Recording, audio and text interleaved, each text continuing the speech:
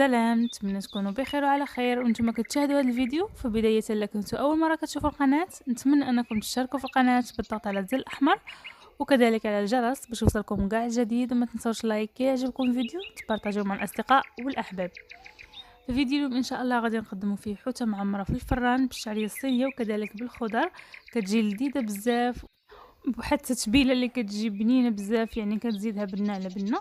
فبقاو معايا باش تشوفوا المكونات وطريقه التحضير. فبسم الله على بركه الله. اول حاجه غادي نديرو اللي هي الخضر. عندي هنايا بطاطا وخيزو اللي قشرتهم وكذلك قطعتهم هكا دوائر، غادي نديرهم يتسلقوا بشويه ديال الملحه. وهذه هي الحوته ديالنا اللي غادي نعمرو.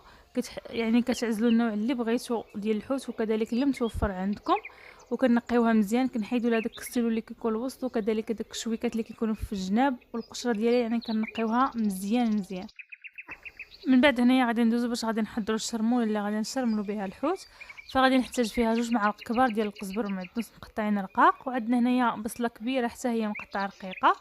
بالنسبه للتوابل غادي ندير شويه ديال الابزار، شويه ديال التحميره وكذلك شويه ديال الخرقوم، تقريبا نصف ملعقه من كل مكون. وعندنا هنا نصف ملعقه صغيره ديال السكينجبير، وكذلك عندنا هنا شويه ديال الكمون.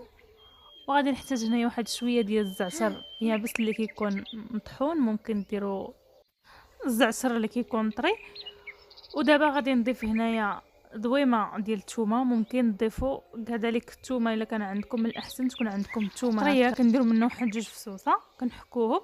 من بعد هنايا غادي نضيف زيت نباتيه، كنضيفوا منه حتى هي واحد 2 معالق كبار. وغادي ندير هنايا شويه ديال الملحه. وعندنا هنايا كذلك مطيشه محكوكه، انا كانت عندي ديجا في الفريغو. عندنا هنايا شويه ديال الهريسه، هذيك الصيوتها في الدار. غادي نخلط هاد المكونات كلها جيدا.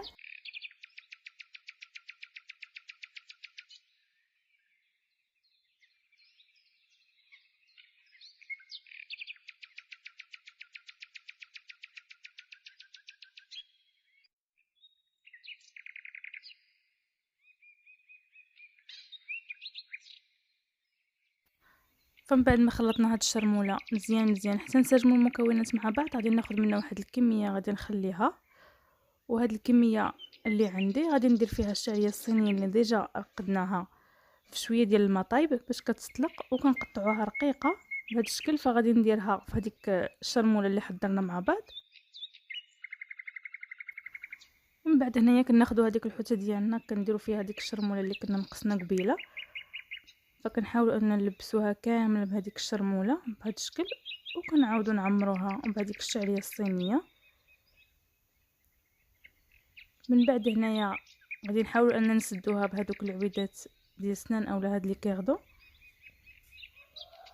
الطريقه راه سهله وموضحه في الفيديو. ومن بعد هنايا غادي نديرها في الطاوه اللي غادي ندخلوها الفران. غادي ناخذوا هاد العويدات ديال القزبر، فراه كيجيو زوينين وكيطلقوا واحد المذاق زوين في الحوت.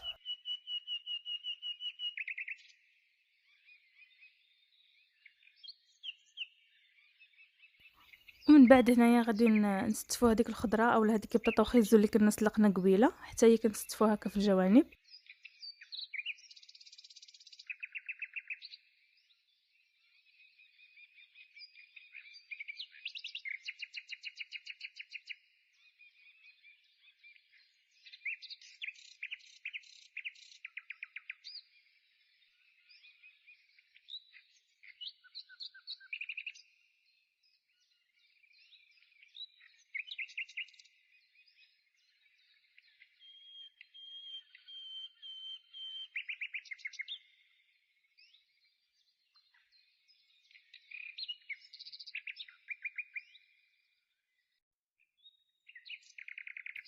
ومن بعد هنايا غادي ناخذ هذيك الفلفله الحمراء اللي قطعتها دوائر، حتى هي غادي نضيفها.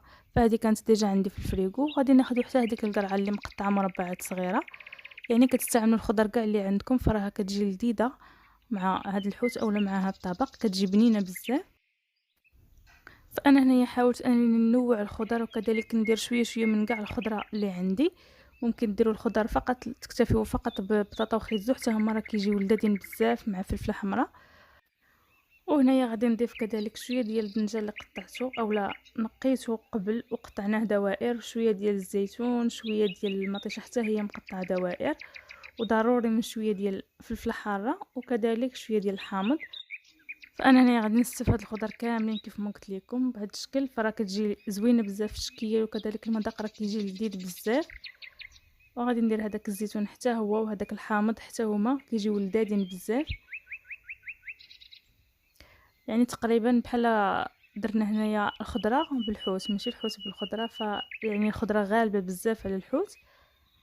دابا غادي ناخد هذيك لاصوص طوماط اللي كانت عندنا ديجا وريتها لكم قبيله، غادي نضيف معاها واحد المعلقه ديال الطماطم مركزه، وغادي نخلطهم مزيان مزيان هكا، يعني نضيف لهم واحد نص كاس ديال الماء وكنخلطوهم مزيان. وغادي نضيف عليهم حتى هذيك الشرمول اللي كانت باقا عندنا، فيها البصله، فيها الربيع، فيها التوابل والملحه وشويه ديال الزيت. غادي نخلط الكل وغادي نضيفهم من الفوق ديال الخضر، وكذلك من فوق هذيك الحوته باش كيعطي داك المذاق، يعني كتبقى هذيك المريقه اللي غادي يطيب فيها الحوت ديالنا. ومن بعد كندخل البلا ديالنا للفران، كنشعلو عليه من التحت ومن الفوق عافيه مهيله حتى كيطيب على خاطر خاطرو. فالخضر راها طايبه تقريبا، البطاطا راها طايبه، اللي كتشد لينا الطياب الدنجه راه دغيا كيطيب مع الفلفله وكذلك القرعه، وهذا راه دغيا كيطيبوا. فكنخليوهم يطيبوا على خاطر خاطرهم، من بعد كنقدموهم فراه كيجيو لذاذين بزاف. فهذا هو الشكل ديال الحوت ديالنا بالخضر، كيجي لذيذ بزاف وكيجي يعني بنين في المذاق ومختلف. يعني وكنديروا فيه الخضر كامله، حتى الناس اللي ما كياكلوش الخضره فراه اكيد غياكلوها بهذه الطريقه. فنتمنى ان الطبق ديال اليوم يعجبكم، وان فيديو اليوم يعجبكم، وانكم تجربوه. وما تنسوش لك كنتو اول مره كتشوفوا القناه تشتركوا في القناه بالضغط على الزر الاحمر، وكذلك على الجرس باش يوصلكم كاع جديد.